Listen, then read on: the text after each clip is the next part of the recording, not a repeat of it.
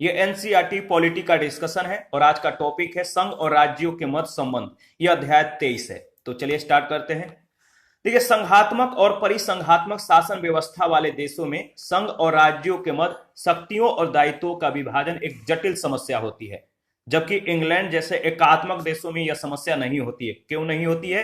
क्योंकि वहां संघ की शक्ति में भागीदार करने वाले राज्यों का अस्तित्व ही नहीं है। तो इंग्लैंड जैसे एकात्मक देशों में राज्यों का अस्तित्व नहीं है।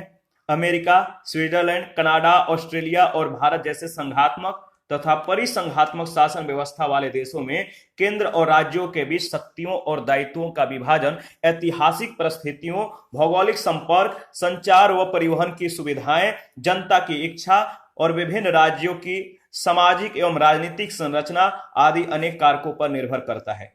एक ओर भारत और कनाडा जैसे देश शक्तिशाली केंद्र के पक्ष में हैं, तो दूसरी ओर स्विट्जरलैंड जैसे देश सशक्त राज्यों के पक्षधर हैं। जबकि अमेरिका में केंद्र और राज्यों के बीच शक्ति संतुलन की स्थिति दिखाई देती है। भारत की संघीय शासन प्रणाली केंद्र के संविधान से प्रेरित है। कनाडा के समान ही भारत में भी केंद्र और राज्यों की शक्तियों का संविधान में स्पष्ट उल्लेख किया गया है तथा अवशिष्ट शक्तियां केंद्र को प्रदान करते हुए एक शक्तिशाली केंद्र की स्थापना की गई है। और इस प्रकार अगर बात करें तो भारतीय संविधान संघात्मक होते हुए भी केंद्र के सशक्त पक्ष में झुका हुआ है, जो आपातकाल में एक प्रकार से एकात्मक स्वरूप को ग्रहण कर लेता है। संविधान का यह लक्षण देश की एकता और अखंडता के लिए उचित ही नहीं बल्कि आवश्यक भी है। केंद्र और राज्यों के बीच कुल 4 प्रकार के शक्तियों का जो है बंटवारा हो सकता है। ये 4 जो प्रकार हैं, विधायी, प्रशासनिक, न्यायिक और वित्तीय। लेकिन भारतीय संविधान के द्वारा केंद्र और राज्यों के मध्य विधायी, प्रशासनिक और वित्तीय शक्तियों का ही विभाजन किया गया है। न्यायिक प्रणाली का जो स्वरूप है इसको एकीकृत रखा गया है, यानी न्यायिक शक्तियों का, न्यायिक जो शक्ति है, न्यायिक शक्तियों का संघ और राज्यों के मध्य विभाजन नहीं किया गया है। देखिए, इसके बाद अगर बात करें तो केंद्र राज्य संबंधों का जो वर्गीकरण है 3 रूपों में है: विधायी संबंध, प्रशासनिक संबंध और वित्तीय संबंध। विधायी संबंध का जिक्र अनुच्छेद 245 से 255 तक, प्रशासनिक संबंध का उपबंध अनुच्छेद 256 से 263 तक और वित्तीय संबंध का जो जिक्र है वो अनुच्छेद 264 से 293 तक। इन सभी को बारी बारी से चर्चा करेंगे। सबसे पहले विधायी संबंध के बारे में अगर देखें तो विधायी संबंध केंद्र और राज्यों की कानून बनाने की शक्तियों की तुलनात्मक स्थिति को दर्शाता है।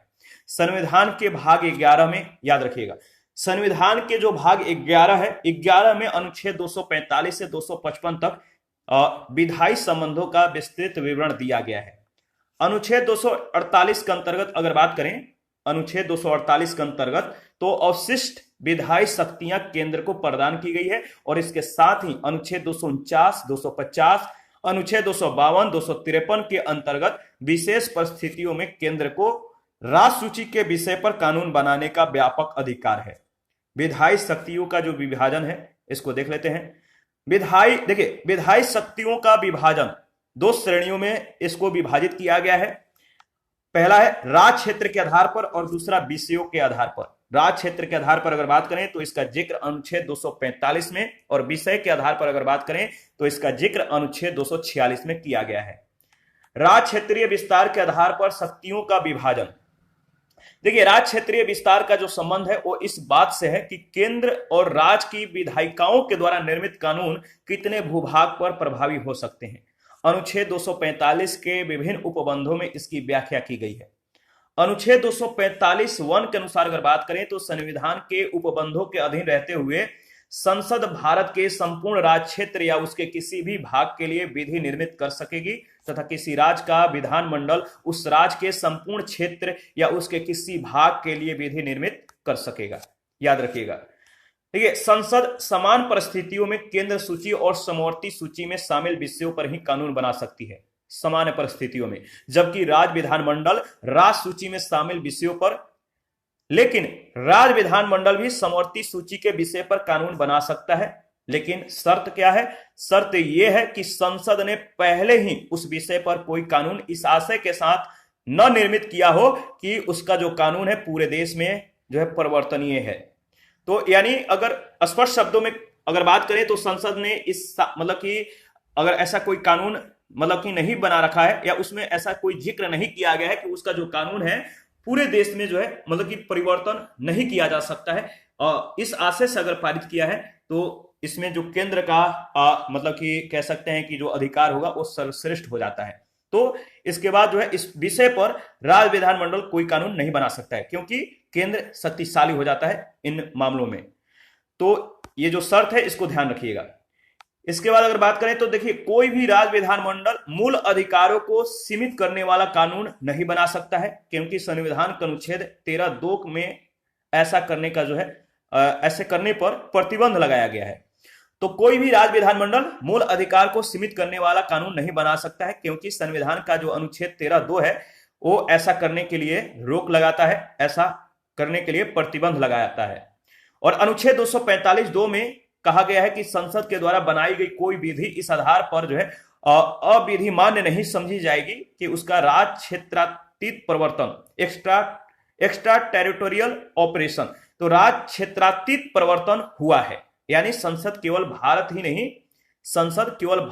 नहीं, भारत के राज्य क्षेत्र के बाहर के लिए भी कानून बना सकती है। संसद की इस शक्ति के कुछ उदाहरण आप देख सकते हैं। जैसे पहला है भारतीय दंड संहिता, आईपीसी की धारा 3 और 5 के अनेक प्रावधानों में देखे जा सकते हैं। तो जो आईपीसी की धारा 3 और 5 है, इनके जो प्रावधान है इसमें देखा जा सकता है। और भारत के ये भारत के राज्य क्षेत्र से बाहर किए जाने वाले अपराधों को भी शामिल करता है। लेकिन राज्य विधानमंडल को राज्य के बाहर के क्षेत्र के लिए विधि बनाने का अधिकार नहीं है। राज्य के द्वारा निर्मित जो विधियां हैं वो राज्य के सीमा के अंदर ही लागू हो सकती हैं। क्षेत्रीय सामीप्य का सिद्धांत इसका एक अपवाद है। क्षेत्रीय सामीप्य का सिद्धांत क्या है, इसके बारे में चर्चा कर लेते हैं। अनुच्छेद 245(1) के संदर्भ में अगर बात करें तो एक प्रश्न उठता है। क्या प्रश्न उठता है कि यदि किसी राज्य विधानमंडल के द्वारा निर्मित कानून किसी अन्य राज्य पर कुछ प्रभाव डालता है तो उसे वैध माना जाएगा या अवैध। तो ऐसे स्थिति में अगर ऐसा प्रश्न उठता है तो ऐसे स्थिति में न्यायालय राज्य से यह अपेक्षा करता है कि वह विधान के प्रयोजन और राज्य क्षेत्र से जुड़े होने के बीच संबंधों को सिद्ध करे, और इसे राज्य क्षेत्रीय संबंध का सिद्धांत कहते हैं। राज्य क्षेत्रीय संबंध का सिद्धांत। यदि देखिए विधान की जो विषय वस्तु है, यदि विधान की जो विषय वस्तु है और विधान बनाने वाले राज्य के बीच पर्याप्त निकटता है तो राज्य की विधि जो है अविधि मान्य नहीं होगी, यानी अवैध नहीं होगी। और इस सिद्धांत का संरक्षण प्राप्त करने के लिए राज्य और विधि की विषय वस्तु के बीच वास्तविक संबंध होना चाहिए, काल्पनिक नहीं।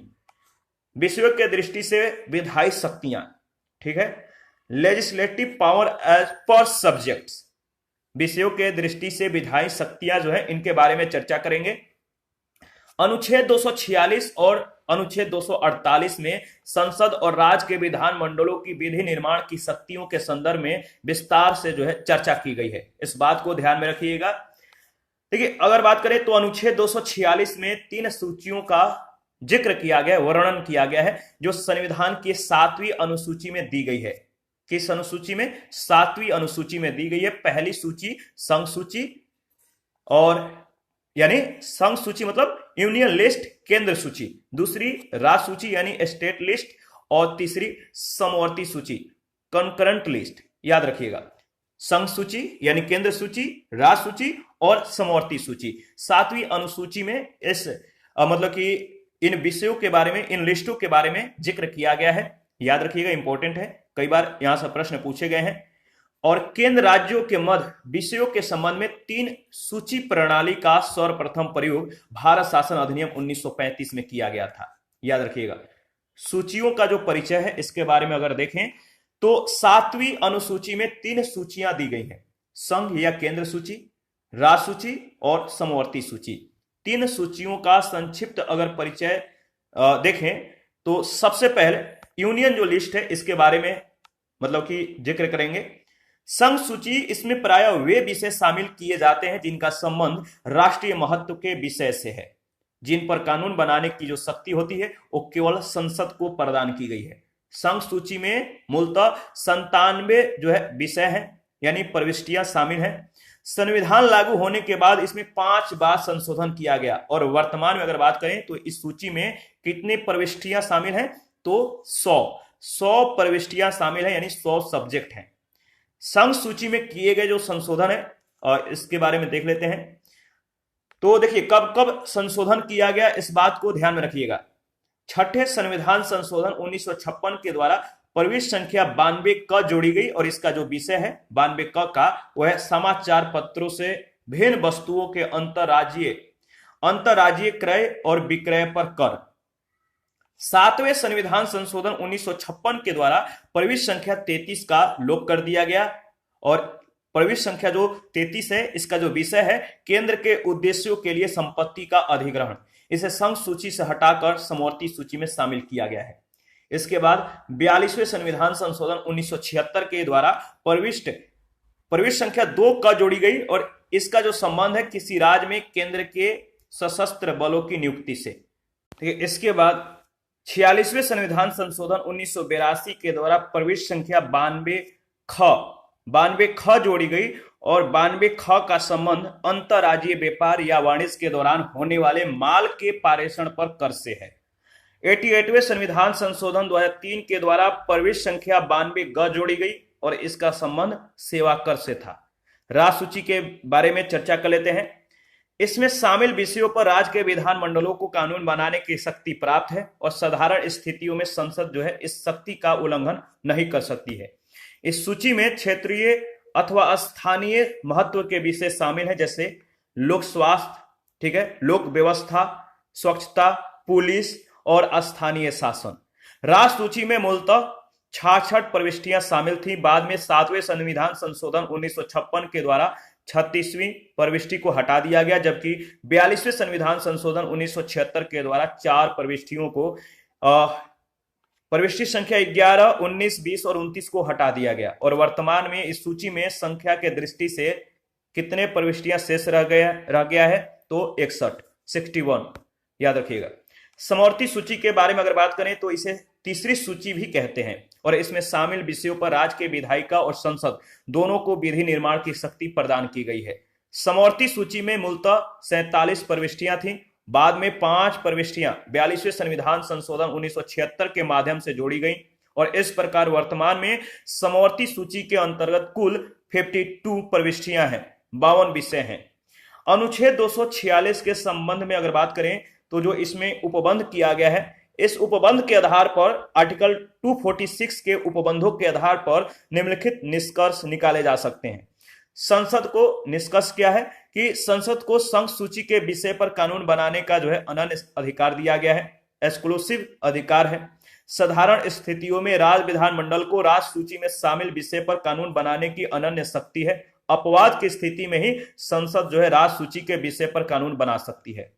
संसद तथा राज्य विधानमंडलों दोनों को समवर्ती सूची में शामिल विषय पर कानून बनाने की शक्ति है, परंतु यदि किसी विषय पर संसद और राज्य विधानमंडल के कानून में विरोध उत्पन्न होता है तो संसद के द्वारा निर्मित कानून को वैध माना जाएगा।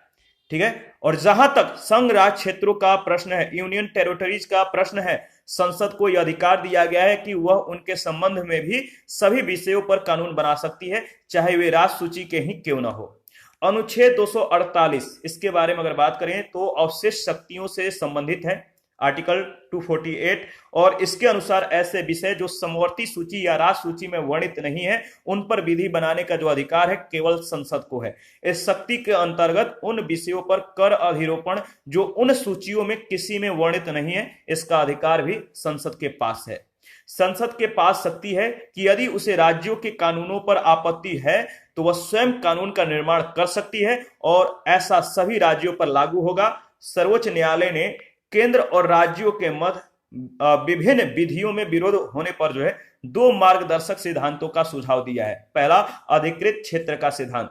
यदि संसद और राजकीय विधियों में कोई विरोध नहीं है परंतु संसद के द्वारा विधि निर्माण के पीछे, याद रखिएगा, विधि निर्माण के पीछे यह आशय है कि उस विषय से संबंधित संपूर्ण क्षेत्र संसद के द्वारा निर्मित विधि के अधीन रहना चाहिए, तो बिना वास्तविक विरोध के भी राज्य के जो विधि है इसका मान शून्य हो जाएगा और यह सिद्धांत केवल समवर्ती सूची से जुड़ी विधियों पर ही लागू होता है। दूसरा है पृथक्करण का सिद्धांत। यदि संसद तथा राज्य विधान मंडल के विधियों में कोई वास्तविक विरोध है और उसके कारण किसी न किसी विधि या उसके किसी भाग को शून्य घोषित करना आवश्यक है, तो इस पर सर्वोच्च न्यायालय ने अनुच्छेद 254 में वर्णित कथन विरोध की, याद रखिए, विरोध की मात्रा तक शून्य होगा, इस पर बल देते हुए, तो यह मतलब कि शून्य, अगर बात करें तो संसद और राज्य विधान मंडल के विधियों में, देखिए पृथक्करण का जो सिद्धांत है वो क्या डिसाइड करता है कि संसद और राज्य विधान मंडल के विधियों में कोई वास्तविक विरोध है और उसके कारण किसी न किसी विधि या उसके किसी भाग को शून्य घोषित करना आवश्यक है, तो इस पर सर्वोच्च न्यायालय ने अनुच्छेद 254 में वर्णित कथन विरोध की मात्रा तक शून्य होगा पर बल देते हुए यह तय किया है कि जहां तक संभव हो विरोध के स्थिति में संपूर्ण अधिनियम को शून्य करने के स्थान पर केवल उस भाग को शून्य किया जाना चाहिए जिसमें वास्तविक विरोध है। संसद के द्वारा राष्ट्र सूची के विषय पर विधि निर्माण, देखिए सामान्यतः अगर बात करें तो संसद को राष्ट्र सूची के विषय पर विधि निर्माण का अधिकार नहीं है, परंतु कुछ अपवादित परिस्थितियों में संसद राष्ट्र सूची के विषय पर विधि निर्माण कर सकती है। ये जो परिस्थितियां हैं, जो अपवादित मतलब की परिस्थितियां हैं, वो क्या है?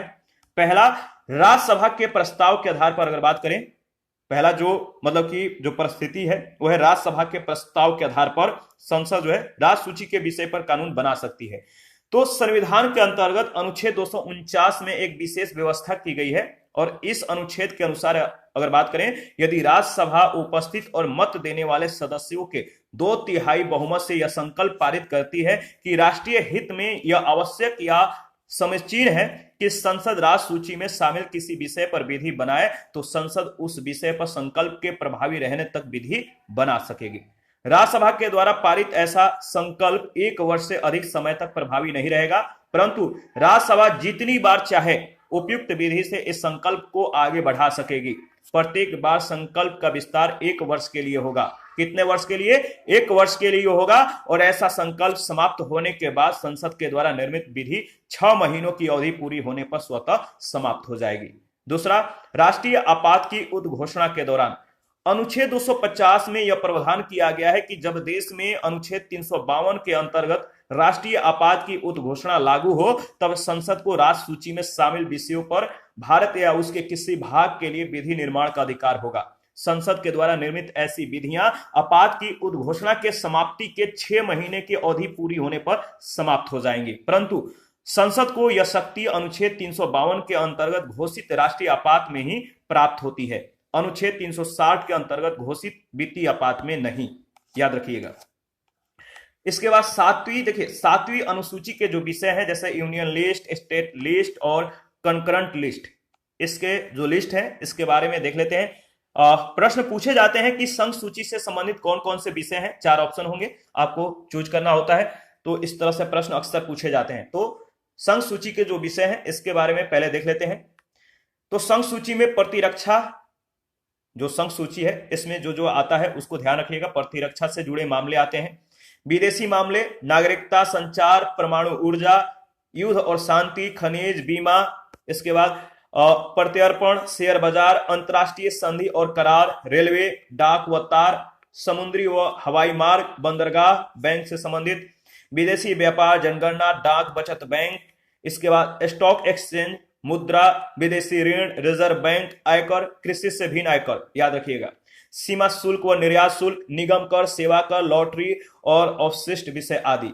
इन सभी विषयों पर जो है केंद्र सरकार को नियम बनाने का अधिकार दिया गया है। इसके बाद राष्ट्र सूची के बारे में देख लेते हैं।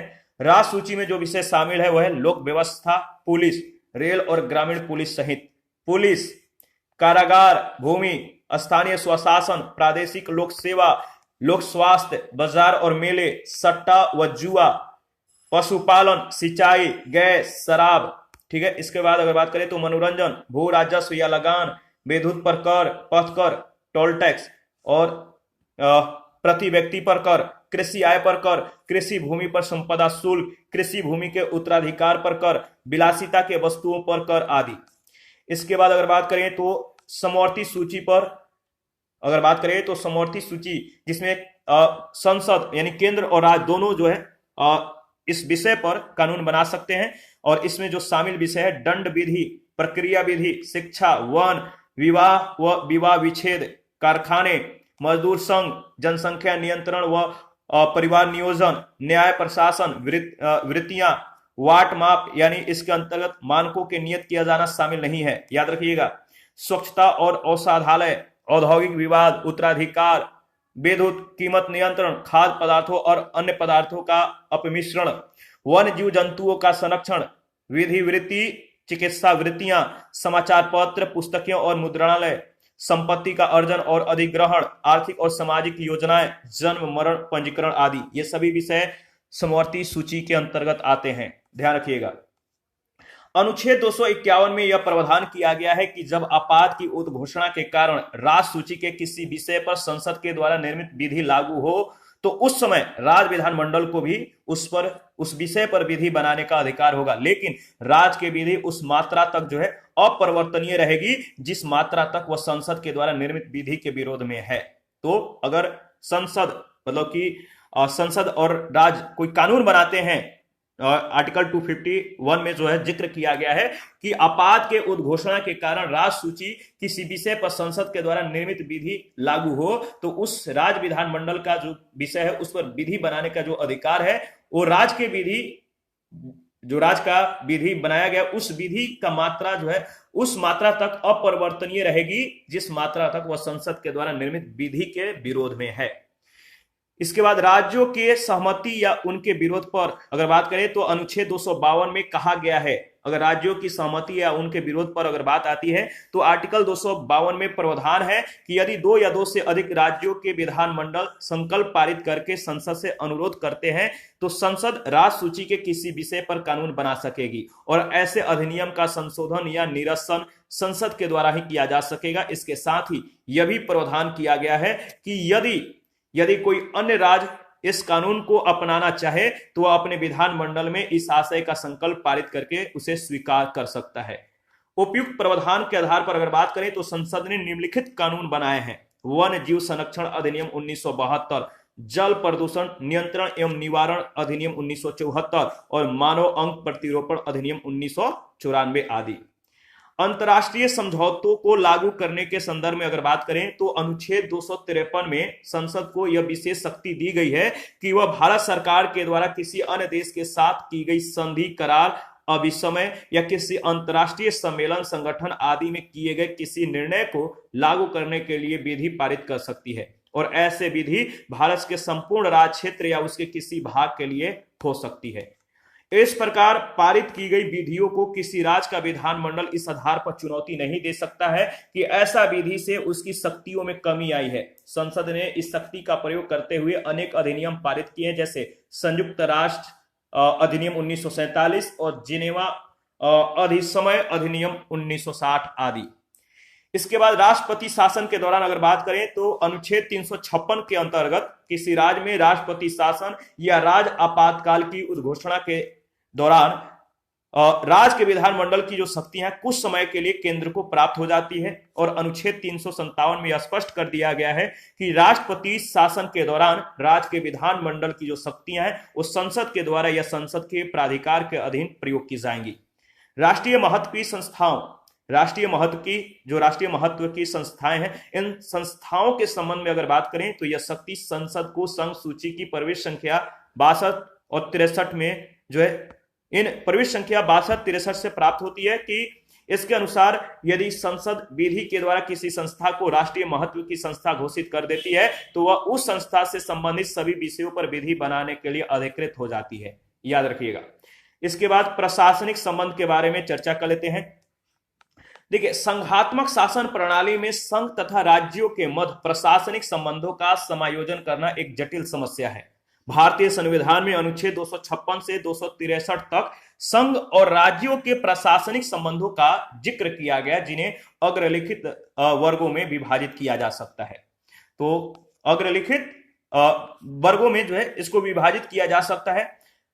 देखिए, सबसे पहले सामान्य काल में प्रशासनिक जो संबंध है इसके बारे में चर्चा कर लेते हैं। सामान्य काल, जब आपातकाल की उद्घोषणा लागू नहीं है तब की बात की जा रही है। तो सामान्य काल में केंद्र और राज्यों के मध्य प्रशासनिक संबंधों को निम्नलिखित शीर्षकों के माध्यम से समझा जा सकता है।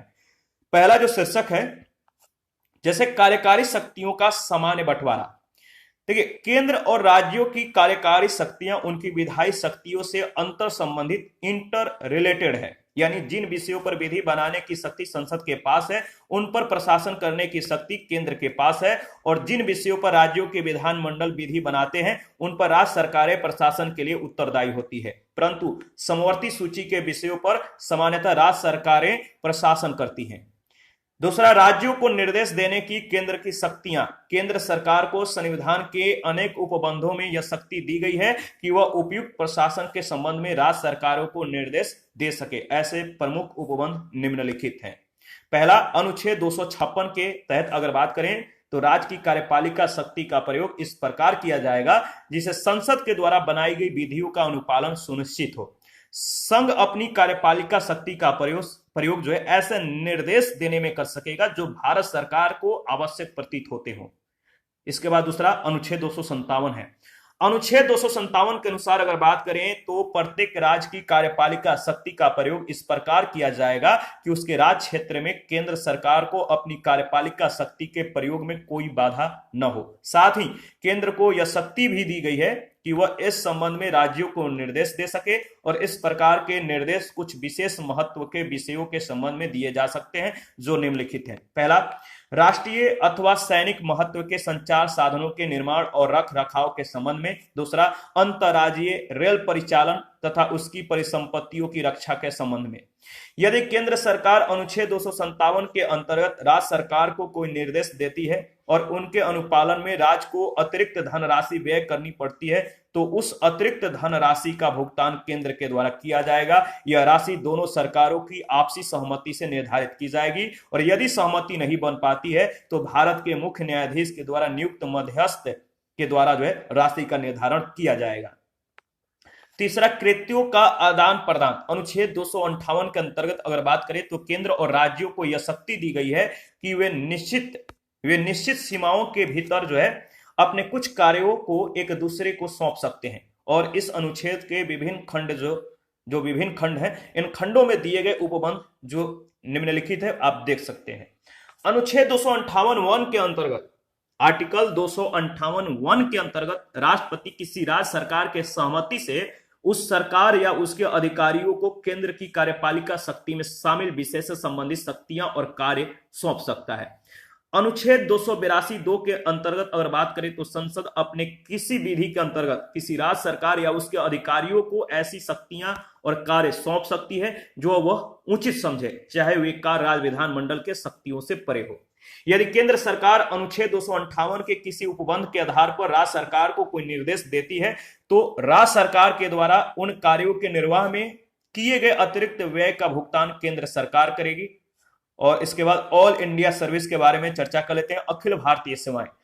संघात्मक देशों में केंद्र और राज्यों की सेवाएं अलग अलग होती हैं। दोनों सेवाओं का एक दूसरे के क्षेत्र में हस्तक्षेप नहीं होता है, इंटरफेयर नहीं होता है, और भारत में इन सेवाओं को क्रमशः केंद्रीय सेवाएं यानी सेंट्रल सर्विस तथा राज्य सेवाएं स्टेट सर्विस कहा जाता है। भारत में इन दोनों के अतिरिक्त एक अन्य सेवा वर्ग है, इसे अखिल भारतीय सेवा कहते हैं। अखिल भारतीय सेवाओं की जो विशेषता है वो ये है कि इनके चयन और प्रशिक्षण का जो कार्य है वो केंद्र सरकार के द्वारा किया जाता है, जबकि इन सेवाओं में नियुक्ति का अधिकार जो है वो केंद्र और राज्य दोनों सरकारों के अधीन जो है इन सेवाओं में, यानी जो ऑल इंडिया सर्विस है, इन मतलब अखिल भारतीय सेवाओं में नियुक्त अधिकारी जो होते हैं केंद्र और राज्य दोनों सरकारों के अधीन कार्य करते हैं। जब वे किसी राज्य सरकार के अधीन कार्य करते हैं तो उन पर तत्कालिक नियंत्रण राज्य सरकार का होता है, लेकिन अंतिम नियंत्रण जो होता है वो केंद्र का होता है। अनुच्छेद 312 के अंतर्गत अगर बात करें तो राज्यसभा में उपस्थित और मतदान करने वाले सदस्यों के 2/3 बहुमत से पारित प्रस्ताव के द्वारा संसद को किसी नई अखिल भारतीय सेवा के सृजन का अधिकार दिया गया है। याद रखिएगा, अखिल भारतीय सेवाएं राज्य की स्वायत्ता और संरक्षण को सीमित कर संविधान के संघीय ढांचे का सिद्धांत जो है इसका उल्लंघन करती हुई प्रतीत होती है, और फिर भी इन सेवाओं का समर्थन निम्नलिखित आधार पर किया जाता है। यह आधार पहला जो है याद रखिए, केंद्र और राज्यों में उच्च स्तरीय प्रशासन की स्थापना में। दूसरा, पूरे देश में प्रशासनिक एकीकरण की व्यवस्था सुनिश्चित करने में। और तीसरा, केंद्र और राज्यों के सामूहिक हितों के संबंध में सहयोग एवं संयुक्त कार्यों में। इसके बाद अगर बात करें तो पांचवा है परस्पर समन्वयकारी संबंध, जो समन्वयकारी उपबंध है इसके बारे में देख लेते हैं। संघ और राज्यों के मध्य परस्पर समन्वय स्थापित करने के उद्देश्य से संविधान के द्वारा निम्नलिखित उपबंध किए गए हैं। पहला है, अगर बात करें, पहला जो पॉइंट है, full faith and credit clause, यानी पूर्ण विश्वास और मान्यता उपबंध। पूर्ण विश्वास एवं मान्यता उपबंध अनुच्छेद 261 के अंतर्गत यह कहा गया है कि संघ और प्रत्येक राज्य की सार्वजनिक क्रियाएं, अभिलेख तथा न्यायिक कार्यवाहियों को समस्त भारतीय क्षेत्र में पूरा विश्वास और पूरी मान्यता प्रदान की जाएगी तथा भारतीय राज्य क्षेत्र के किसी भाग में किसी सिविल न्यायालय के द्वारा दिए गए निर्णय या आदेश उस राज्य क्षेत्र के भीतर सभी स्थानों पर जो है निष्पादित किए जाएंगे। जल संबंधित जो जल है, जल से संबंधित विवादों का न्याय निर्णय अनुच्छेद 262 के अंतर्गत संसद विधि के द्वारा विभिन्न राज्यों के मध्य नदी घाटी या जलाशय आदि के जल के प्रयोग, वितरण और नियंत्रण से संबंधित विवादों के न्याय निर्णय के लिए प्रावधान कर सकती है। संसद ऐसे किसी विवाद के संबंध में उच्चतम न्यायालय की अधिकारिता को निषिद्ध भी कर सकती है, प्रोहिबिट कर सकती है, उसको मतलब कि रोक सकती है। अनुच्छेद 262 के अंतर्गत प्रदत्त शक्तियों के प्रयोग से संसद के द्वारा नई बोर्ड अधिनियम 1956 और अंतर्राज्यीय जल विवाद अधिनियम 1956 पारित किया गया है। जल विवाद अधिनियम 1956 के अंतर्गत केंद्र सरकार ऐसे विवादों के समाधान के लिए ट्रिब्यूनल की स्थापना भी कर सकती है, न्यायाधिकरण की भी स्थापना कर सकती है। इसके बाद अंतर्राज्यीय परिषद के बारे में चर्चा कर लेते हैं। इंटर स्टेट काउंसिल, ठीक है, संविधान के अनुच्छेद 263 के अंतर्गत अंतर्राज्यीय परिषद के गठन का प्रावधान किया गया है। अंतर्राज्यीय परिषद के गठन का अधिकार राष्ट्रपति को है। इसे अंतर सरकारी परिषद भी कहा जाता है। यदि राष्ट्रपति को यह प्रतीत हो जाता है कि ऐसे परिषद के गठन से सार्वजनिक हितों की पूर्ति होगी तो वह उसका गठन कर सकता है। संवैधानिक प्रावधानों और विभिन्न आयोग जैसे राजमन्नार आयोग, प्रशासनिक सुधार आयोग तथा सरकारिया आयोग की अनुशंसाओं के फलस्वरूप 18 मई 1990 को अंतर्राज्यीय परिषद का गठन किया गया। प्रधानमंत्री अंतर्राज्यीय परिषद का पदेन अध्यक्ष होता है, प्राइम मिनिस्टर। परिषद में प्रधानमंत्री और उसके द्वारा मनोनीत 6 कैबिनेट मंत्रियों के अतिरिक्त राज्यों और संघ राज्य क्षेत्रों के मुख्यमंत्री और प्रशासक, और इस परिषद के पदेन जो है मतलब कि जो मुख्यमंत्री व प्रशासक जो होते हैं इस परिषद के पदेन सदस्य होते हैं। तो अध्यक्ष कौन होता है अंतर्राज्यीय परिषद का? तो प्रधानमंत्री, प्राइम मिनिस्टर, और इसके द्वारा मतलब कि प्रधानमंत्री के अलावा उसके द्वारा प्रधानमंत्री के द्वारा मनोनीत 6 कैबिनेट मंत्रियों के अतिरिक्त राज्यों और संघ राज्य क्षेत्रों के मुख्यमंत्री व प्रशासक इस परिषद के पदेन सदस्य होते हैं। तो मेंबर याद रखिएगा, प्रधानमंत्री की अनुपस्थिति में अंतर्राज्यीय परिषद की जो अध्यक्षता है उसके द्वारा नियुक्त, मतलब कि अगर प्रधानमंत्री अनुपस्थित रहते हैं तो अंतर्राज्यीय परिषद की अध्यक्षता उसके द्वारा नियुक्त कैबिनेट स्तर के मंत्री के द्वारा जो है अध्यक्षता की जाती है। अंतर्राज्यीय परिषद का प्रमुख कार्य जो है वो राज्यों के बीच उत्पन्न विवादों की जांच करना और उन पर सुझाव देना है। अंतर्राज्यीय परिषद पर विभिन्न राज्यों के मध्य या केंद्र और एक से अधिक राज्यों के मध्य समान हितों से संबंधित विषयों को जांच करना और उन पर सलाह देने का दायित्व दिया गया है। अंतर्राज्यीय विषयों से संबंधित नीतियों और कार्यवाहियों के बेहतर मतलब कोऑर्डिनेट करने के लिए कह सकते हैं कोऑर्डिनेशन, ठीक है, बेहतर समन्वय के लिए भी यह परिषद जो है अनुशंसाएं कर सकती है। अंतर्राज्यीय परिषद का कार्य कानूनी और गैर कानूनी दोनों प्रकार के मामलों से जो है कानूनी और गैर कानूनी दोनों प्रकार के मामलों से संबंधित हो सकता है, किंतु उसकी जो प्रकृति है सिर्फ एडवाइजरी होती है, सलाहकारी प्रकृति होती है। अंतर्राज्यीय परिषद की प्रथम बैठक 10 अक्टूबर 1990 को तत्कालीन प्रधानमंत्री श्री विश्वनाथ प्रताप सिंह की अध्यक्षता में हुई थी, याद रखिएगा। इसके बाद एकीकृत न्याय व्यवस्था, इंटीग्रेटेड जुडिशियल सिस्टम, इसके बारे में देख लेते हैं। भारत में कार्यपालिका और विधायिका के संबंध में दोहरी व्यवस्था अपनाई गई है, परंतु न्यायिक व्यवस्था में द्वैध नीति ड्यूअल पॉलिसी के स्थान पर एकीकृत न्याय व्यवस्था की स्थापना की गई है। इसमें उच्चतम न्यायालय सर्वोच्च स्तर पर और उच्च न्यायालय इसके नीचे है। यह एकल व्यवस्था ही केंद्र और राज्य दोनों के विधानों का अनुपालन सुनिश्चित करती है। यह व्यवस्था पारस्परिक टकराव और भ्रांति को समाप्त करते हुए अपनाई गई है। राष्ट्रपति के द्वारा उच्च न्यायालय के न्यायाधीशों की नियुक्ति सर्वोच्च न्यायालय के मुख्य न्यायाधीश से संबंधित राज्य के राज्यपाल राज्य के राज्यपाल से परामर्श की जाती है। इन्हें राष्ट्रपति के द्वारा स्थानांतरित यानी ट्रांसफर किया जा सकता है और पद से भी हटाया जा सकता है। संसद विधि बनाकर 2 या 2 से अधिक राज्यों के लिए भी एक उच्च न्यायालय की स्थापना कर सकती है। 7वां है अन्य संवैधानिक प्रावधान। इसके बारे में चर्चा कर लेते हैं। संविधान में कुछ अन्य उपबंध भी हैं जो केंद्र और राज्यों के प्रशासनिक संबंधों को प्रभावित करते हैं। जैसे पहला है, राज्य के निर्वाचन आयुक्त की नियुक्ति करने की शक्ति राज्यपाल के पास है, किंतु उसे पद से हटाने का जो अधिकार है केवल राष्ट्रपति को दिया गया है। दूसरा, राज्य के लोक सेवा आयोग के सदस्य और अध्यक्ष की नियुक्ति राज्यपाल करता है, किंतु उन्हें पद से हटाने की जो शक्ति है केवल राष्ट्रपति के पास है। तीसरा, राज्य की कार्यपालिका के प्रमुख राज्यपाल होते हैं, किंतु उनकी नियुक्ति राष्ट्रपति के द्वारा की जाती है और वे राष्ट्रपति के प्रसाद पर्यंत ही अपना पद धारण करते हैं। ये बात जो है आपको ध्यान में रखना है।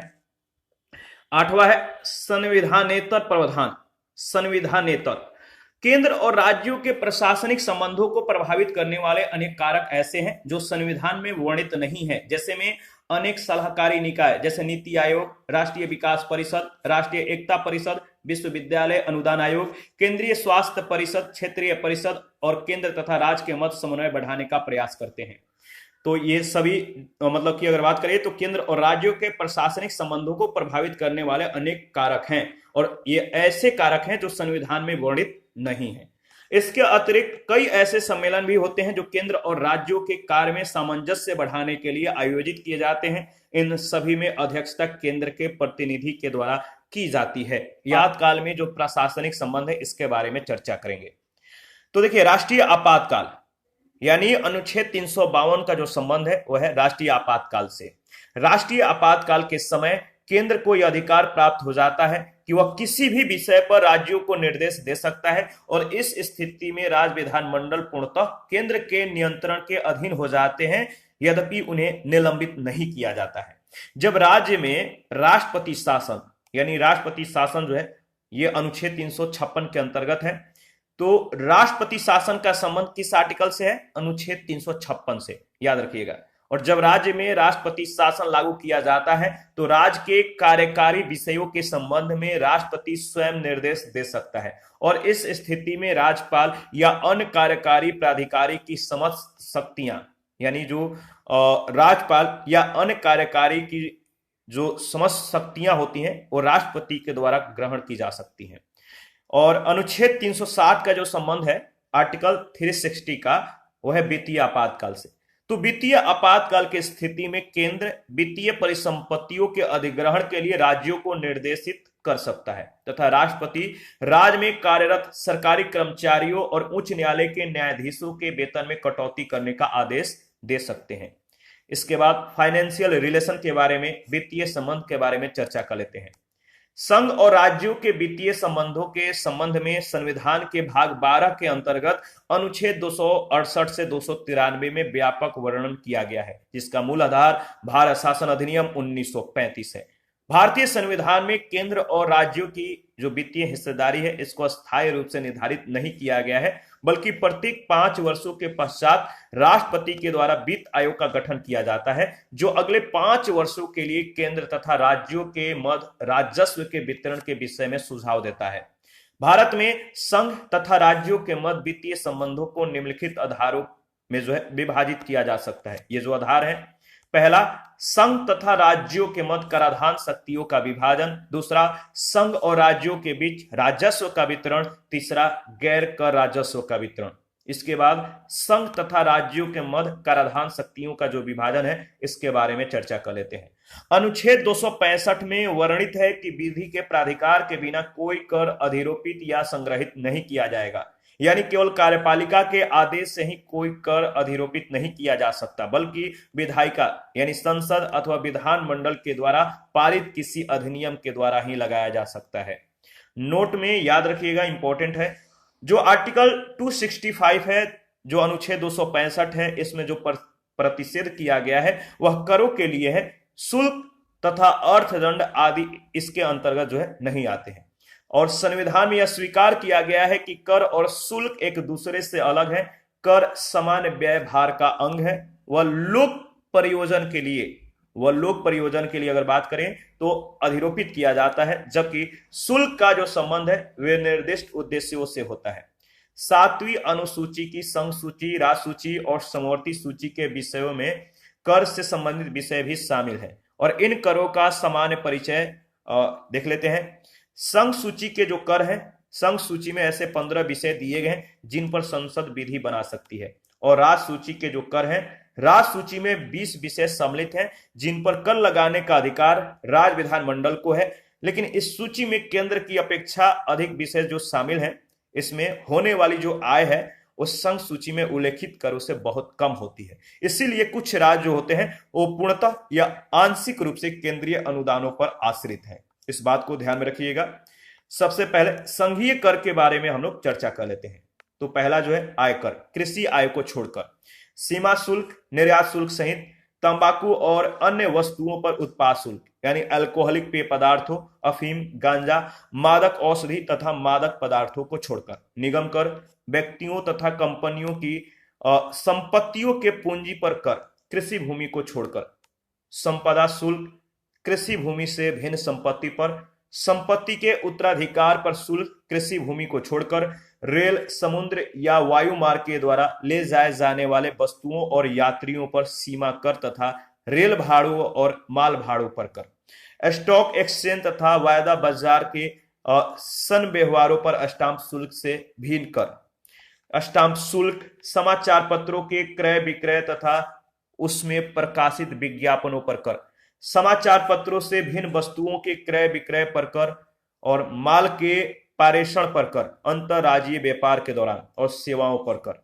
याद रखिएगा। इसके बाद अगर बात करें तो जो नेक्स्ट है राज्य कर, इसके बारे में देख लेते हैं। राज्य कर में भू राजस्व या लगान, कृषि आय पर कर, कृषि भूमि के उत्तराधिकार पर कर, कृषि भूमि पर संपदा शुल्क, भूमि और भवनों पर कर, खनिज अधिकारों पर कर, शराब, अफीम, गांजा या अन्य मादक पदार्थों और औषधियों पर उत्पाद कर, स्थानीय उपयोग तथा विक्रय के लिए वस्तुओं के प्रवेश पर कर, एंट्री टैक्स, विद्युत के उपभोग और बिक्री पर कर, समाचार पत्रों से भिन्न वस्तुओं के क्रय विक्रय पर कर, रेडियो या दूरदर्शनों के विज्ञापन पर कर, सड़क तथा अंतर्देशीय जलमार्गों के द्वारा ले जाए जाने वाले वस्तुओं या यात्रियों पर कर, सड़कों पर प्रयुक्त वाहनों पर कर, जीव जंतुओं और नौकाओं पर कर, पथ कर या मार्ग कर, व्यापार व्यवसाय और रोजगार पर कर, प्रति व्यक्ति कर, विलासिताओं यानी मनोरंजन, जुआ, बोली लगाना इस पर कर, स्टाम्प शुल्क, संघ सूची में वर्णित दस्तावेजों से भिन्न दस्तावेजों पर और उपयुक्त विषयों में से किसी के संबंध में शुल्क, किंतु इसमें न्यायालय में ली जाने वाले शुल्क शामिल नहीं है, याद रखिएगा।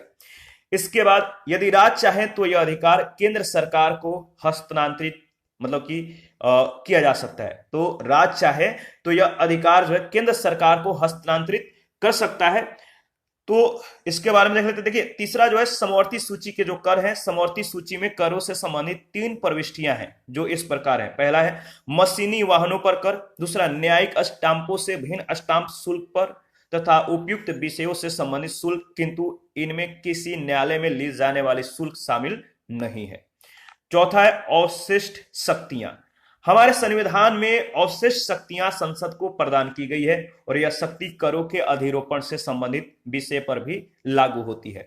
संसद ने समय समय पर कुछ ऐसे कर भी लगाए हैं जो उपयुक्त तीनों सूचियों में वर्णित नहीं है, जैसे उपहार कर, संपदा कर और व्यय कर आदि।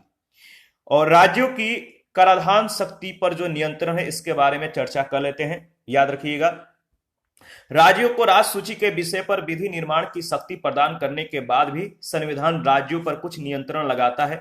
इन नियंत्रणों का उद्देश्य यही है कि केंद्र राज्य संबंधों तथा विभिन्न राज्यों के आपसी संबंध तनावपूर्ण न हो। संविधान में अनुच्छेद 276, 286, अनुच्छेद 287 और 288 में राज्यों पर ऐसे नियंत्रण लगाए गए हैं।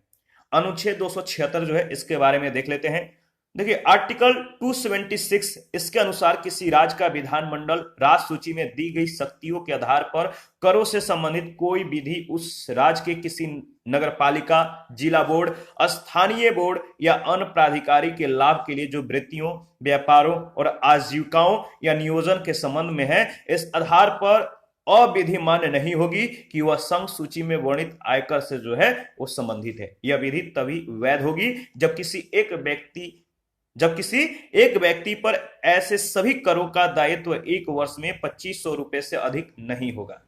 दूसरा है अनुच्छेद 286, आर्टिकल 286। इस अनुच्छेद का जो संबंध है वस्तुओं के क्रय विक्रय पर कर के अधिरोपण के बारे में जो है निर्बंधन से है, और इसके अनुसार राज्य विधानमंडल समाचार पत्रों के अतिरिक्त शेष वस्तुओं के क्रय विक्रय पर कर लगा सकता है, परंतु इस संबंध में निम्नलिखित सीमाएं हैं। पहला, वह राज्य के बाहर होने वाले क्रय विक्रय पर कर आरोपित नहीं कर सकता है। दूसरा, यदि किसी वस्तु का भारत के द्वारा जो है आयात या निर्यात हो रहा है तो वह राज्य उस वस्तु पर कर नहीं लगा सकता है। तीसरा, यदि संसद ने किसी वस्तु को विधि के द्वारा अंतरराज्यीय व्यापार या वाणिज्य में विशेष महत्व की वस्तु घोषित किया है तो उससे जुड़े उपबंध संसद के द्वारा निर्दिष्ट शर्तों के अधीन होंगे। इस बात को ध्यान में रखिएगा। इसके बाद आगे बढ़ते हैं। देखिए, अगर बात करें जो आर्टिकल 287 है, यह अनुच्छेद 287 जो है, यह अनुच्छेद राज्यों में बिजली की बिक्री, जो बिजली है, बिजली की बिक्री तथा उसके उपभोग पर राज्य विधानमंडल के द्वारा कर लगाने की शक्ति के विषय में सीमाएं निर्धारित करता है। अनुच्छेद 288, इस अनुच्छेद में बताया गया है कि यदि संसद विधि के द्वारा किसी अंतरराज्यीय नदी या नदी घाटी के विनियमन या विकास के लिए प्राधिकरण की स्थापना करती है तो वह प्राधिकरण है वह जल या विद्युत का संचालन, उत्पादन, उपभोग, वितरण या विक्रय करता है तो राज्य विधानमंडल विधि के द्वारा उस पर कर लगा सकेगा, किंतु ऐसे विधि तब तक प्रभावी नहीं होगी जब तक कि राष्ट्रपति के विचार के लिए आरक्षित रखे जाने के बाद उसे राष्ट्रपति की अनुमति न मिल गई हो। याद रखिएगा। इसके बाद संघ तथा राज्यों के बीच राजस्व का जो वितरण है इसके बारे में चर्चा कर लेते हैं। देखिए, संघात्मक संविधान में जो संघात्मक संविधान है, संघात्मक संविधानों में कर राजस्व का वितरण एक जटिल प्रक्रिया है। क्यों है? क्योंकि केंद्र और राज्य दोनों राजस्व में अधिक से अधिक हिस्सेदारी चाहते हैं। जहां तक राज सूची के करों का प्रश्न है, उनके संबंध में कोई विवाद नहीं है। कर राजस्व के वितरण की जटिलता संघ सूची के करों से संबंधित है। संविधान का यह उपबंध जो संविधान यह उपबंध करता है कि संघ सूची के करों से प्राप्त होने वाला संपूर्ण राजस्व केंद्र का नहीं होगा, बल्कि उसमें राज्यों की हिस्सेदारी भी होगी। देखिए, जो 80वां संविधान संशोधन 2000 जो है, 80वां संविधान संशोधन 2000 पारित होने से पहले केवल 2 कर ऐसे थे जो केंद्र और राज्यों के मध्य बांटे जाते थे। वो कर कौन कौन से थे? एक था आयकर, दूसरा था उत्पाद शुल्क। देखिए, 80वें यानी 80वें संविधान संशोधन के द्वारा अनुच्छेद 270 की भाषा को पूरी तरह से बदल दिया गया, चेंज कर दिया गया और व्यवस्था कर दी गई कि अनुच्छेद 271 में वर्णित अधिभारों यानी सरचार्जेज तथा अनुच्छेद 268 और 269 में वर्णित करों को छोड़कर संघ सूची में निर्दिष्ट सभी करों तथा शुल्कों को केंद्र और राज्यों के बीच बांटा जाएगा। 88वां संविधान संशोधन 2003 था। ये जो संविधान संशोधन था 88वां, इसमें भी कर राजस्व के दृष्टि से जो कह सकते हैं कि ये जो संविधान संशोधन था ये कर राजस्व के दृष्टि से महत्वपूर्ण है और इसके माध्यम से संविधान में एक नया अनुच्छेद 268 का जोड़ा गया और तथा सर्विस टैक्स जो है सेवा कर, इसको संवैधानिक स्तर प्रदान कर दिया गया। और इन सभी संशोधनों के बाद वर्तमान में संघ सूची के विभिन्न करों से प्राप्त राजस्व का वितरण निम्नलिखित प्रकार से किया जाता है। पहला, केंद्र के द्वारा लगाए जाने वाले किंतु राज्यों के द्वारा एकत्रित, यानी केंद्र के द्वारा लगाया जाता है लेकिन एकत्रित कौन करता है? राज्यों के द्वारा एकत्रित तथा प्रयोग किए जाने वाले करों की चर्चा अनुच्छेद 268 में की गई है। और इन करों से प्राप्त आय में केंद्र सरकार की कोई हिस्सेदारी नहीं होती है, लेकिन केंद्र के द्वारा ये कर लगाए जाते हैं लेकिन राज्य एकत्रित करता है और इसमें केंद्र का कोई हिस्सा नहीं होता है, परंतु इन करों से जो राशि संघ राज्य क्षेत्रों में एकत्रित होती है उस पर केंद्र सरकार का अधिकार होता है। वर्तमान में इस सूची में शामिल करों की संख्या 2 है। ये जो दो कर है, इन करों की जो संख्या 2 है, ये कौन कौन से हैं? पहला है संघ सूची में वर्णित स्टाम्प शुल्क और दूसरा संघ सूची में वर्णित औषधियों और प्रसाधन उत्पादों पर लिए जाने वाला उत्पाद शुल्क। इसके बाद दूसरा अगर बात करें तो केंद्र के द्वारा लगाए जाने वाले केंद्र के द्वारा लगाए जाने वाले, केंद्र तथा राज्यों के द्वारा एकत्रित और प्रयुक्त किए जाने वाले करों की चर्चा। यानी इस बात को समझिएगा, जो कर है केंद्र के द्वारा लगाया जाता है, लेकिन केंद्र और राज्य दोनों एकत्रित करते हैं, और अनुच्छेद 268 क में इसकी चर्चा की गई है। याद रखिएगा, 88 संविधान संशोधन 2003 था, इसके द्वारा यह जोड़ा गया था, और इस सूची में केवल सर्विस टैक्स शामिल था। 101वें संविधान संशोधन 2016 के द्वारा अनुच्छेद 268 क का लोप कर दिया गया है। केंद्र के द्वारा लगाए जाने और एकत्रित किए जाने वाले किंतु राज्यों को सौंपे जाने वाले जो कर हैं, इसके बारे में देख लेते हैं। केंद्र के द्वारा लगाया जाता है और एकत्रित भी किया जाता है, लेकिन यह कर राज्य को सौंप दिया जाता है। ऐसे करों के विषय में अनुच्छेद 269 में प्रावधान किए गए हैं। इन करों की प्राप्तियां भारत की संचित निधि का हिस्सा नहीं है, ठीक है, बल्कि वह राज्यों को सौंप दी जाती है। तो आर्टिकल 269 में जो प्रावधान किया गया है, इन करों की प्राप्तियां भारत के कंसोलिडेटेड फंड है, इसका हिस्सा नहीं बनती, बल्कि वह राज्यों को सौंप दी जाती है। वर्तमान में इस सूची में 2 कर शामिल है। पहला, समाचार पत्रों को छोड़कर शेष वस्तुओं के अंतरराज्यीय व्यापार या वाणिज्य के दौरान होने वाले क्रय विक्रय पर कर। दूसरा, माल या सामान के अंतरराज्यीय पारेषण पर कर। देखिए, चौथा है अंतरराज्यीय व्यापार या वाणिज्य में वस्तु एवं सेवा कर का लगाया जाना और संग्रहण। यानी 101वां जो संविधान संशोधन 2016 था, इसके माध्यम से संविधान में अनुच्छेद 269 का जोड़ा गया, और इस अनुच्छेद के अनुसार अंतरराज्यीय व्यापार और वाणिज्य में वस्तु एवं सेवा कर भारत सरकार के द्वारा लगाया और संग्रहित किया जाएगा, और इस कर से प्राप्त आय का विभाजन संघ और राज्यों के बीच वस्तु एवं सेवा कर परिषद की अनुशंसाओं के आधार पर किया जाएगा। पांचवा, केंद्र के द्वारा लगाए जाने तथा एकत्रित किए जाने वाले किंतु केंद्र और राज्यों में बांटे जाने वाले करों की चर्चा अनुच्छेद 270 में की गई है। केंद्र के द्वारा लगाया जाना और एकत्रित किए जाना, लेकिन केंद्र और राज्यों, केंद्र लगाता भी है, एकत्रित भी करता है, लेकिन केंद्र और राज्यों में इस कर को जो है बांटा जाता है, इसकी चर्चा अनुच्छेद 270 में की गई है। इन करों को अधिरोपित और एकत्रित करने की उत्तरदायित्व केंद्र को की है, और इनसे प्राप्त आय केंद्र और राज्यों में बांटी जाती है। 80वें संविधान संशोधन के पहले इस सूची में केवल 2 कर थे, आयकर और उत्पाद शुल्क, किंतु नई व्यवस्था के अनुसार अगर बात करें तो कुछ अपवादों को छोड़कर संघ सूची के सभी कर केंद्र और राज्यों में विभाजित होते हैं। इस बात को ध्यान में रखिएगा। इसके बाद सरचार्ज के बारे में चर्चा कर लेते हैं। सरचार्ज क्या है? तो देखिए, अधिभार केंद्र के प्रयोजन के लिए जो अधिभार है, सरचार्ज जो है, तो केंद्र के प्रयोजन के लिए सरचार्ज की व्यवस्था अनुच्छेद 271 के अधीन है। इसमें कहा गया है कि संसद अनुच्छेद 269 तथा 270 में निर्दिष्ट करों में से किसी पर केंद्र सरकार के प्रयोजनों के लिए अधिभार यानी सरचार्ज जो है वो लगा सकेगी, तथा ऐसे, याद रखिएगा, तथा ऐसे अधिकारों की संपूर्ण प्राप्तियां भारत के संचित निधि का भाग होगी। परंतु 101वें संविधान संशोधन के द्वारा यह प्रावधान बदल दिया गया है। अब अधिभार में राज्यों की जो है हिस्सेदारी होगी वित्त आयोग के अनुशंसाओं के आधार पर। इसके बाद गैर कर राजस्व का जो वितरण है, इसके बारे में चर्चा कर लेते हैं। कर राजस्व की तरह गैर कर राजस्व का वितरण भी 7वीं अनुसूची के आधार पर होता है। केंद्र और राज्य सरकारों, जो केंद्र और राज्य सरकार हैं, इन राज्य सरकारों संघ सूची और राज्य सूची में निर्दिष्ट विषयों पर अपनी सेवाएं प्रदान करती हैं और उनके बदले शुल्क यानी फीस आदि प्राप्त करती हैं। केंद्र की गैर कर राजस्व आय के मुख्य स्रोतों में डाक तार, ठीक है, डाक तार, संचार व प्रसारण, बैंकिंग, रेलवे सिक्के तथा मुद्रा, ठीक है, केंद्र के सार्वजनिक उपक्रम आदि शामिल हैं, जबकि राज्यों की गैर कर राजस्व आय के स्रोतों में सिंचाई, वन, मत्स्य पालन और राज्य के सार्वजनिक उपक्रम आदि शामिल हैं। राज्यों को सहायता अनुदान के बारे में जो है grant in aid to states, इसके बारे में चर्चा कर लेते हैं। तो पहला जो अनुदान है विधिक अनुदान।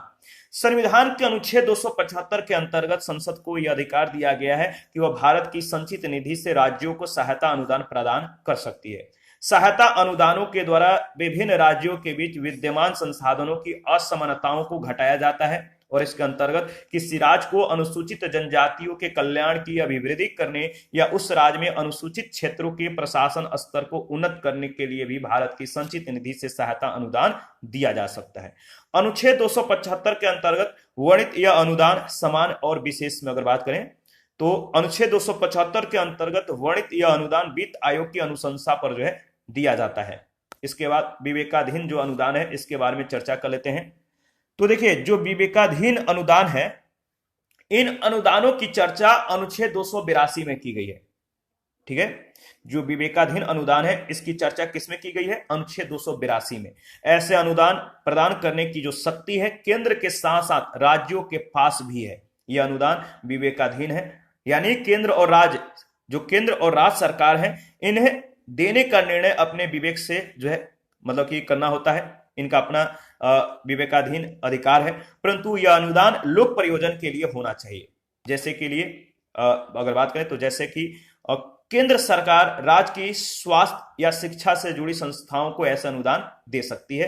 राज्य सरकारें भी केंद्रीय संस्था को ऐसा अनुदान दे सकती है। कभी कभी कुछ राज्य सरकार या अन्य राज्य सरकारों को विशेषतः भूकंप, बाढ़ या सुनामी जैसी आपदाओं से निपटने के लिए भी यह अनुदान दे सकती है। इसके बाद वित्त आयोग फाइनेंस कमीशन के बारे में चर्चा कर लेते हैं। अनुच्छेद 280 अर्ध न्यायिक निकाय के रूप में एक वित्त आयोग की व्यवस्था करता है। इसका गठन हर 5 वर्ष में राष्ट्रपति के द्वारा किया जाता है और यह निम्नलिखित विषयों पर राष्ट्रपति को सलाह देता है। यह जो विषय है याद रखिएगा। पहला है केंद्र और राज्यों के बीच कराधान व्यवस्था का निर्धारण और ऐसी प्राप्तियों में राज्यों के बीच हिस्सेदारी के निर्धारण करने में। दूसरा, वे सिद्धांत जिनके अंतर्गत राज्यों को केंद्र यानी भारत के संचित निधि से आर्थिक अनुदान प्राप्त होता है। राज्य वित्त आयोग की संस्तुति के आधार पर ग्राम पंचायतों और नगर पालिकाओं के आय स्रोतों की वृद्धि के लिए राज्य की संचित निधि यानी कंसोलिडेटेड फंड को बढ़ाने के लिए किए जाने वाले उपाय। ठीक है, तो जो वित्त आयोग है, फाइनेंस कमीशन है, ये किस प्रकार का निकाय है? तो अर्ध न्यायिक निकाय के रूप में यह एक वित्त आयोग जो है मतलब इसकी व्यवस्था की गई है आर्टिकल 280 में। अनुच्छेद 287 के संदर्भ में अगर बात करें, आर्टिकल 287 के संदर्भ में, तो राज्यों को भारत सरकार के प्रयोग के लिए दी गई या रेलवे के निर्माण करने या चलाने के लिए उपयोग की गई बिजली पर कर लगाने का निषेध करता है। आयोग एवं समितियां, आयोग एवं कमीशन एंड कमिटीज, इसके बारे में चर्चा कर लेते हैं, बहुत ज्यादा इंपॉर्टेंट है। तो देखिए आयोग एवं जो समितियां हैं, भारत में जब तक केंद्र और राज्य स्तरों पर एक ही दल यानी कांग्रेस की सरकार थी तो केंद्र राज्य संबंध सौहार्दपूर्ण थे, किंतु केंद्र और राज्यों में भिन्न भिन्न दलों की सरकारें गठित होने पर उनके मध्य संबंध जो है, उनके बीच संबंधों का कह सकते हैं कि तनाव आ गया, उनके संबंध तनावपूर्ण हो गए और राज्यों के द्वारा केंद्र राज्य संबंधों पर पुनर्विचार करने और राज्यों को और अधिक स्वायत्तता प्रदान करने की मांग उठाई जाने लगी। अतः केंद्र राज्य संबंधों पर विचार करने के लिए समय समय पर विभिन्न आयोग और समितियों का गठन किया गया, जिनका संक्षिप्त विवरण आप देख सकते हैं। पहला है प्रशासनिक सुधार आयोग। प्रशासनिक सुधार आयोग सन 1966 में केंद्र सरकार ने मोरारजी देसाई की अध्यक्षता में प्रशासनिक सुधार आयोग का गठन किया और इस आयोग की रिपोर्ट के अध्ययन के लिए एमसी सित्तलवाड़ के नेतृत्व में, किसके नेतृत्व में? एमसी सित्तलवाड़ के नेतृत्व में एक दल का गठन किया गया और अंतिम रिपोर्ट सन 1969 में केंद्र सरकार को सौंपी गई। इस रिपोर्ट में केंद्र राज्य संबंधों को सुधारने के लिए प्रमुख अनुशंसाएं की गई। यह अनुशंसाएं क्या है? पहला, संविधान के अनुच्छेद 263 के तहत एक अंतरराज्यीय परिषद का गठन किया जाए, पहला अनुशंसा था। दूसरा, राज्यपाल के रूप में गैर दलीय ऐसे व्यक्ति को नियुक्त किया जाए जिसका सार्वजनिक जीवन और प्रशासन में लंबा अनुभव रहा हो। इस बात को ध्यान में रखिएगा, अनुशंसाएं बहुत ज्यादा इंपॉर्टेंट होती हैं। इसके बाद तीसरा जो अनुशंसा थी वो राज्य के लिए अधिकतम शक्तियों का प्रत्यायोजन और नेक्स्ट, राज्यों को ज्यादा वित्तीय संसाधन स्थानांतरित किए जाएं ताकि उनकी केंद्र पर निर्भरता कम रहे और उनके अनुरोध पर अन्यथा विशेष परिस्थितियों में ही राज्य में केंद्रीय सशस्त्र बलों की तैनाती हो। राज्यों की विधायी शक्तियों पर केंद्र का हस्तक्षेप कम से कम होना चाहिए तथा कुछ अन्य विषयों पर राज्यों को विधायी शक्तियां मिलनी चाहिए। ये थी प्रशासनिक सुधार आयोग यानी एमसी सितलवाड़ के नेतृत्व में जो मतलब कि कमीशन गठित हुआ था, इनकी अनुशंसाएं थी। इसके बाद सितलवाड़ समिति के बारे में चर्चा कर लेते हैं। प्रशासनिक सुधार आयोग ने कब 1966 से 69 के बीच प्रशासनिक सुधार आयोग ने केंद्र राज्य संबंधों के अध्ययन और इस पर सुझाव देने के लिए एमसी तलवाड़ की अध्यक्षता में 1966 में एक समिति नियुक्त की। समिति ने संविधान में संशोधन के लिए बिना राज्यों को जो है अधिक स्वायत्ता प्रदान करने की संस्तुति की। इसके बाद राजमन्नार समिति, इस समिति को तमिलनाडु सरकार ने 22 सितंबर 1969 को डॉक्टर पी.वी. राजमन्नार की अध्यक्षता में राज्यों को और अधिक स्वायत्ता प्रदान करने के लिए जो है सुझाव देने के लिए गठित की थी। और इस समिति के अन्य सदस्य जो थे, इनका नाम याद रखिएगा, डॉक्टर लक्ष्मण स्वामी मुदलियार और पी.सी. चंद्रा रेड्डी। इसके बाद राजमन्नार समिति के जो प्रमुख सुझाव हैं इसके बारे में देख लेते हैं, इनकी क्या क्या सुझाव थी। राजमन्नार समिति के जो प्रमुख सुझाव हैं, अवशिष्ट विषय या तो समाप्त कर दिए जाने चाहिए या उन पर विधि बनाने की शक्ति राज्यों को सौंप दी जानी चाहिए। दूसरा सुझाव था, एक अंतरराज्यीय परिषद इंटर स्टेट काउंसिल का गठन किया जाना चाहिए। इसके बाद अखिल भारतीय सेवाओं को समाप्त कर दिया जाना चाहिए। वित्त आयोग को एक अस्थायी निकाय बना दिया जाना चाहिए। ठीक है, आगे बढ़ते हैं। इसके बाद अनुच्छेद 356, 357 और 365 राष्ट्रपति शासन से संबंधित है, इसको पूर्णतः समाप्त कर दिया जाए। अनुच्छेद 249 को निरसित किया जाना चाहिए। राज्यपाल के प्रसाद पर्यंत राज मंत्री परिषद के पद धारित करने प्रावधान संबंधी समाप्त कर दिया जाए। और संघ सूची एवं समवर्ती सूची के कुछ विषयों को राज्य सूची में हस्तांतरित कर दिया जाए। ये था मतलब कि इस समिति के अनुशंसाएं, किसकी? राजमन्नार समिति के प्रमुख सुझाव। इसके बाद एक नोट है, इसको ध्यान में रखिएगा, केंद्र सरकार ने राजमन्नार समिति के सिफारिशों को पूर्णतः अस्वीकार कर दिया था। ठीक है, आगे बढ़ते हैं। इसके बाद आनंदपुर साहिब प्रस्ताव, आनंदपुर जो शाही प्रस्ताव है इसके बारे में चर्चा कर लेते हैं, इंपॉर्टेंट है। 1973 में अकाली दल ने केंद्र राज्य संबंधों से जुड़े आनंदपुर शाही प्रस्ताव पारित किया, जिसमें केंद्र सरकार के अधिकार क्षेत्र को वैदेशिक संबंध, प्रतिरक्षा, रेलवे, मुद्रा और संचार तक सीमित रखने की मांग की गई। इन मांगों के संदर्भ में ही मार्च 1983 में सरकारी आयोग का गठन किया गया। ठीक है, तो सरकारी आयोग का गठन किया गया 1983 में, मार्च 1983 में। इसके बाद पश्चिम बंगाल स्मरण पत्र, इसके बारे में चर्चा कर लेते हैं। देखिए, 1977 में पश्चिम बंगाल सरकार ने केंद्र सरकार को एक स्मृति पत्र भेजा। ठीक है, एक स्मृति पत्र भेजा जिसमें संविधान में अनेक संशोधन की मांग करते हुए राज्यों की स्वायत्ता में वृद्धि की बात की गई। इसके बाद सरकारिया जो आयोग है इसके बारे में चर्चा कर लेते हैं।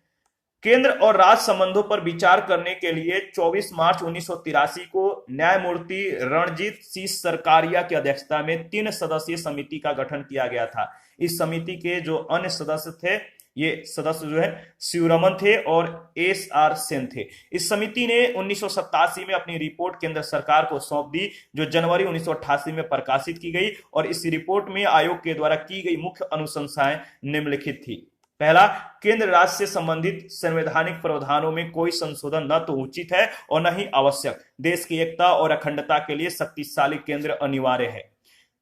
इसके बाद केंद्र राज्य संबंधों में सुधार लाने के लिए अनुच्छेद 263 के प्रावधानों के अनुसार अंतरराज्यीय परिषद का अस्थायी रूप से गठन किया जाना चाहिए, जिसमें राज्यों के मुख्यमंत्री भी शामिल हों। राज्यों में राष्ट्रपति शासन को अंतिम विकल्प के रूप में जो है लागू किया जाना चाहिए। राज्यपाल को 5 वर्ष के लिए नियुक्त किया जाना चाहिए और कार्यकाल में बीच में इनका स्थानांतरण यानी ट्रांसफर नहीं करना चाहिए। तो राज्यपाल के कार्यकाल के दौरान जो है इनको बीच में स्थानांतरण यानी ट्रांसफर नहीं होना चाहिए। अनुच्छेद 155 में संशोधन कर राज्यपालों की नियुक्ति से पूर्व संबंधित राज्य के मुख्यमंत्री से परामर्श किया जाना अनिवार्य होना चाहिए। तो इसके बाद अगर बात करें तो जो यह समिति था, इसने कहा कि राज्य में जो राष्ट्रपति शासन है इसको अंतिम विकल्प के रूप में लागू होना चाहिए और राज्यपाल को 5 वर्ष के लिए नियुक्त किया जाना चाहिए और कार्यकाल में बीच में इनका जो है ट्रांसफर नहीं करना चाहिए। अनुच्छेद 155 में संशोधन करके राज्यपाल की नियुक्ति से पूर्व संबंधित राज्य के मुख्यमंत्री से परामर्श किए जाना अनिवार्य होना चाहिए। और केंद्र तथा राज्यों के बीच निगम कर, आयकर और उत्पाद शुल्क से जो उत्पाद शुल्क है, तो केंद्र और राज्यों के बीच निगम कर, आयकर और उत्पाद शुल्क के उचित बंटवारे के लिए संविधान में संशोधन किया जाना चाहिए। यानी जो हमारा संविधान इसमें रिफॉर्म करना चाहिए। किसके लिए? निगम कर, आयकर और उत्पाद शुल्क के उचित बंटवारे के लिए। किसके किसके बीच? केंद्र और राज्यों के बीच। तो इसमें इसके लिए संविधान में संशोधन जो है कर दिया जाना चाहिए। योजना आयोग को स्वायत्त शासी संस्था बनाया जाना चाहिए। जो योजना आयोग है इसको किस प्रकार का संस्था बनाया जाना चाहिए?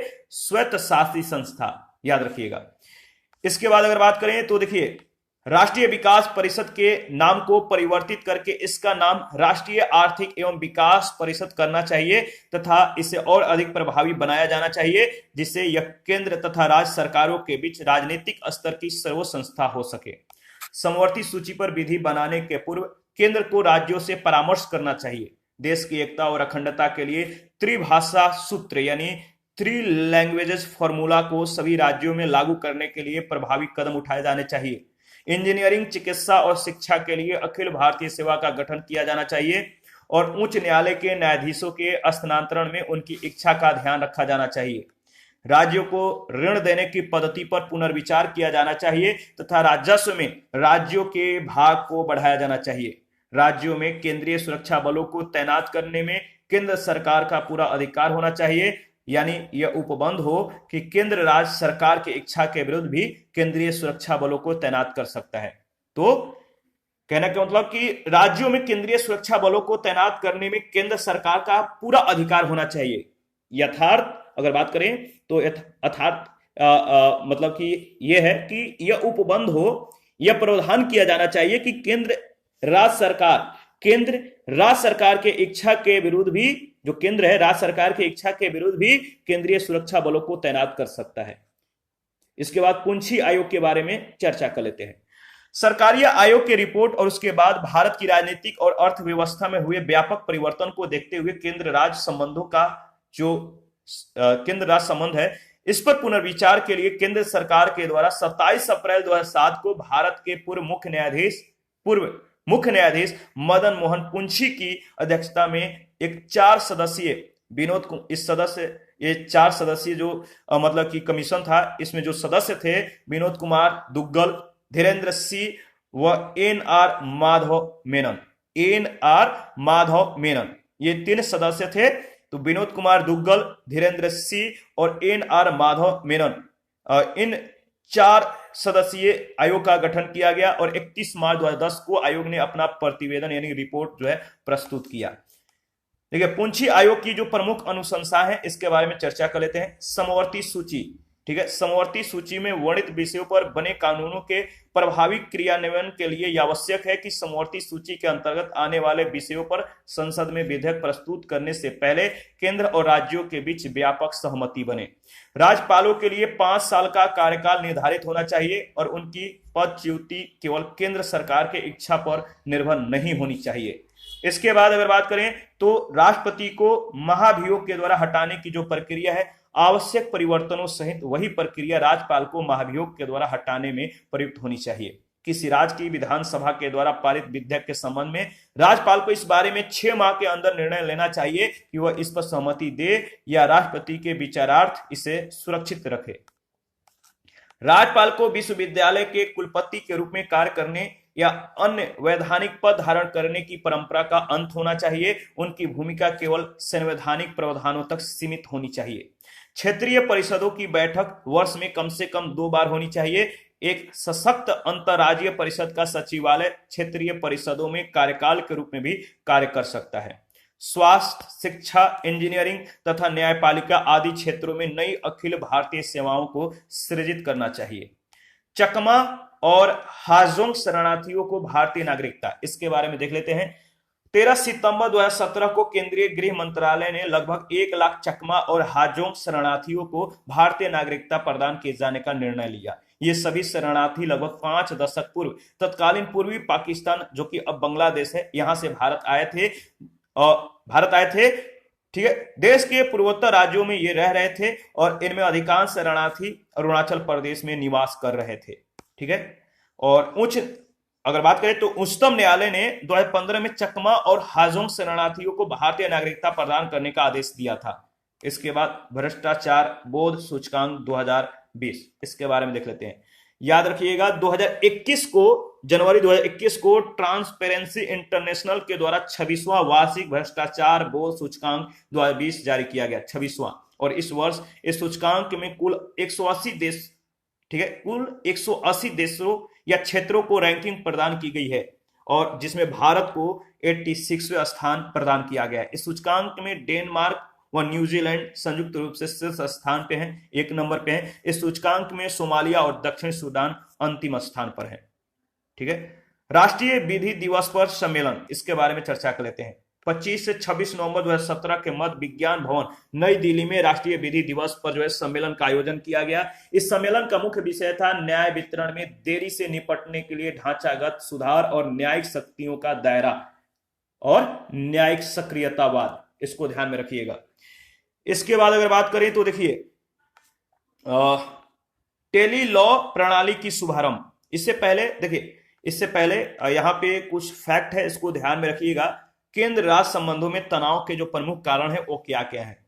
तो केंद्र राज्य संबंधों के तनाव के जो प्रमुख कारण है, संविधान लागू होने के समय से भारत की राजनीति में केंद्रीकरण तथा विकेंद्रीकरण की शक्तियों में टकराव होता रहा है, और इसी टकराव के परिणाम स्वरूप केंद्र और राज्य संबंध भी बदलते रहे हैं। कुछ ऐसे मुद्दे हैं जिनके कारण केंद्र और राज्यों के मध्य संबंधों में प्राय टकराव की स्थिति उत्पन्न हो जाती है। ऐसे प्रमुख मुद्दे निम्नलिखित हैं। पहला, राज्यपालों की नियुक्ति तथा उनकी भूमिका, अनुच्छेद 356 का दुरुपयोग, केंद्र पर राज्यों की वित्तीय निर्भरता, अखिल भारतीय सेवाएं, राज्य सूची के विषयों पर केंद्र का हस्तक्षेप, राज्यों में केंद्रीय बलों की तैनाती, योजना आयोग, अब इसका नाम जो है नीति आयोग ने ले लिया है। अब इसका जो नाम है क्या है, योजना आयोग का अब नाम नीति आयोग ने मतलब कि इसका स्थान ले लिया है, इसको ध्यान में रखिएगा।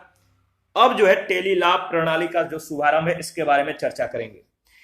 11 जून 2017 को याद रखिए, 11 जून 2017 को समाज के उपेक्षित समुदायों और ग्रामीण क्षेत्रों में रहने वाले नागरिकों को सुगमता से, उपेक्षित यानी मतलब कि दबके लोग, तो उपेक्षित जो कि इन मतलब कि बहुत सुविधाओं से जो वंचित हैं, जो मतलब कि गरीबी रेखा में जी रहे हैं, जिनको बहुत सारी सुविधाएं नहीं मिल पाती है, तो 2017 को समाज के उपेक्षित समुदायों और ग्रामीण क्षेत्रों में रहने वाले नागरिक को सुगमता से कानूनी सहायता उपलब्ध कराने के लिए भारत सरकार के द्वारा टेली लॉ सेवा का जो है शुभारंभ किया गया।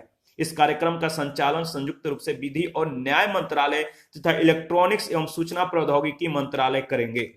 इसके अंतर्गत ग्रामीण क्षेत्रों के उपेक्षित समुदायों के लिए वीडियो कॉन्फ्रेंसिंग के माध्यम से कानूनी सहायता प्रदान की जाएगी।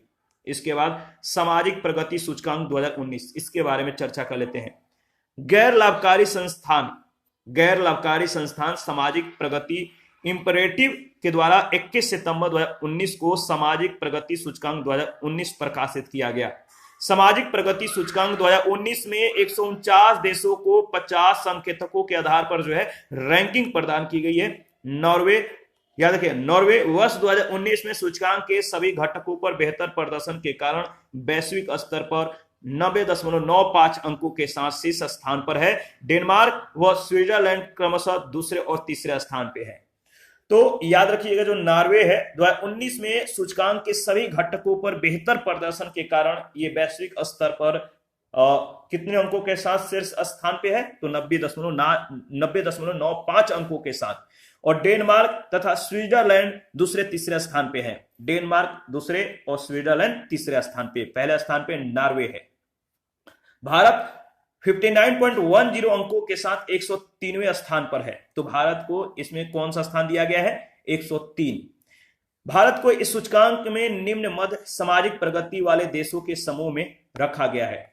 आगे बढ़ते हैं, और इसके बाद जो है अगर बात करें तो देखिए, इसको ध्यान में रखिएगा, जो संघ राज्य संबंध है भाग 11-12 अनुच्छेद 245 से 293 के बीच, तो जो संबंध है संघ और राज्यों के मध्य, इसके बारे में यहां पे जो है पूरी तरह एक बार ओवरव्यू ले लेते हैं, चर्चा कर लेते हैं। जैसे विधायी संबंध, प्रशासनिक संबंध और वित्तीय संबंध। तो अगर बात करें तो देखिए, सबसे पहले विधायी संबंध के बारे में चर्चा करेंगे बारी बारी से। विधायी, इसके बाद प्रशासनिक और इसके बाद वित्तीय संबंध। तो संघ राज्य संबंध का जो विधायी संबंध है, अनुच्छेद 245 संसद और राज्य विधायिका के द्वारा बनाए गए कानूनों का विस्तार, अनुच्छेद 246 संसद और जो आर्टिकल 246 है इसका संबंध जो है संसद और राज्य विधायिका के द्वारा बनाए गए विशेष मामलों के कानून। अनुच्छेद 247 कुछ निश्चित अतिरिक्त न्यायालयों के गठन के लिए संसद की शक्ति।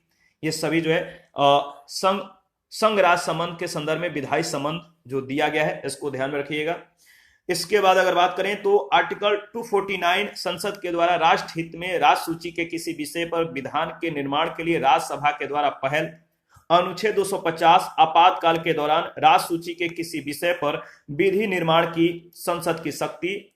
अनुच्छेद 251, अनुच्छेद 249 और अनुच्छेद 250 के अधीन संसद के द्वारा निर्मित विधि के अंतर्गत होने की स्थिति में राज्य विधि पर वरीयता। अनुच्छेद 252 दो या दो से अधिक राज्यों के लिए उनके सहमति से विधि बनाने की संसद की शक्ति और उस विधि को किसी अन्य राज्य के द्वारा अंगीकार किया जाना।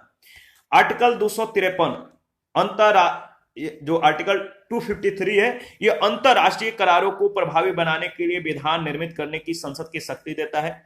अनुच्छेद 254 संसद के द्वारा बनाई गई विधियों और राज्य विधान मंडलों के द्वारा बनाई गई विधियों में असंगति की स्थिति में संसद के द्वारा बनाई गई विधि जो है प्रभावी होगा, मतलब कि ये ज्यादा इससे मतलब कि प्रभावी रूप से जो है लागू किया जाएगा। अगर बात करें तो जो आर्टिकल 254 है, जो 254 है, इसमें जो बात कही गई है कि संसद के द्वारा जो बनाई गई विधि है, अगर राज्य विधानमंडल के द्वारा बनाई गई विधि से मतलब कि असंगत की स्थिति में आ जाता है तो संसद के द्वारा जो बनाई गई विधि है वो अधिक रूप से प्रभावी होगा।